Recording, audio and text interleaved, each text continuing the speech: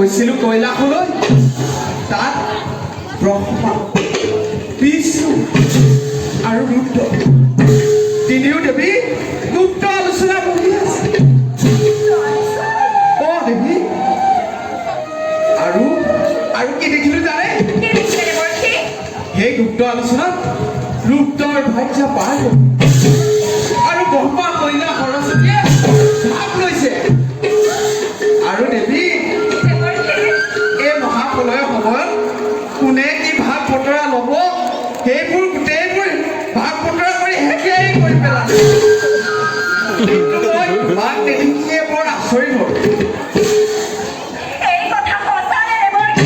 সঁচা মিছা দেখিবা নহয় মই গৈ পোৱাৰ লগে লগে ভোলানাথে টুটুকি আহিছে বুলি ঠিকিহে কৰিলে মই সেইকাৰণে দেৱী তাত আৰু এখন দিবু ৰৈ থকা নাই কোনে মই কোনফালে পালোহি আৰু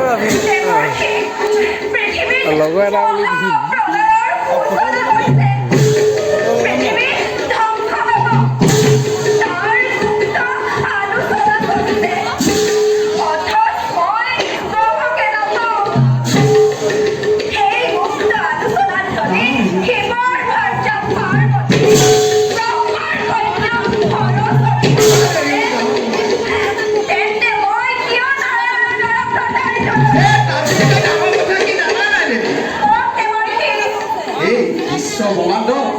যিমানবোৰ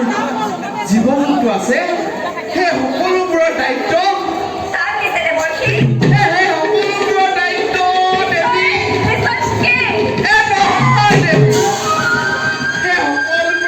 দিছে ব্ৰহ্মা কন্যা সৰস্বতী আৰু কি জানা দেৱী এই জগতত থকা যিমানবোৰ জীৱ জন্তু আছে সেই সকলোবোৰৰ দায়িত্ব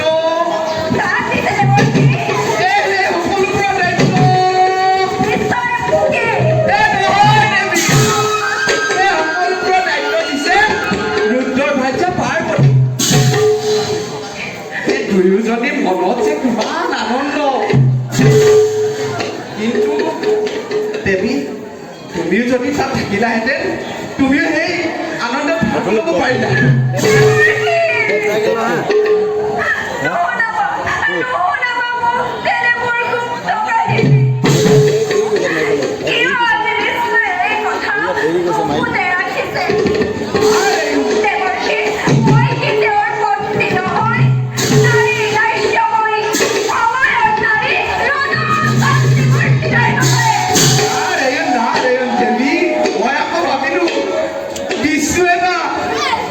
তোমাক এৰি থৈ গুপুতে গুপুতে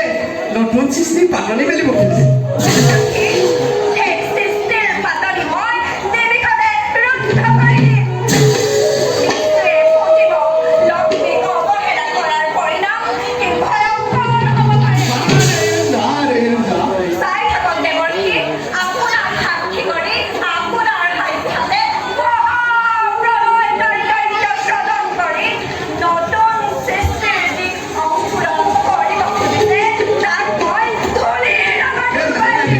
Nice.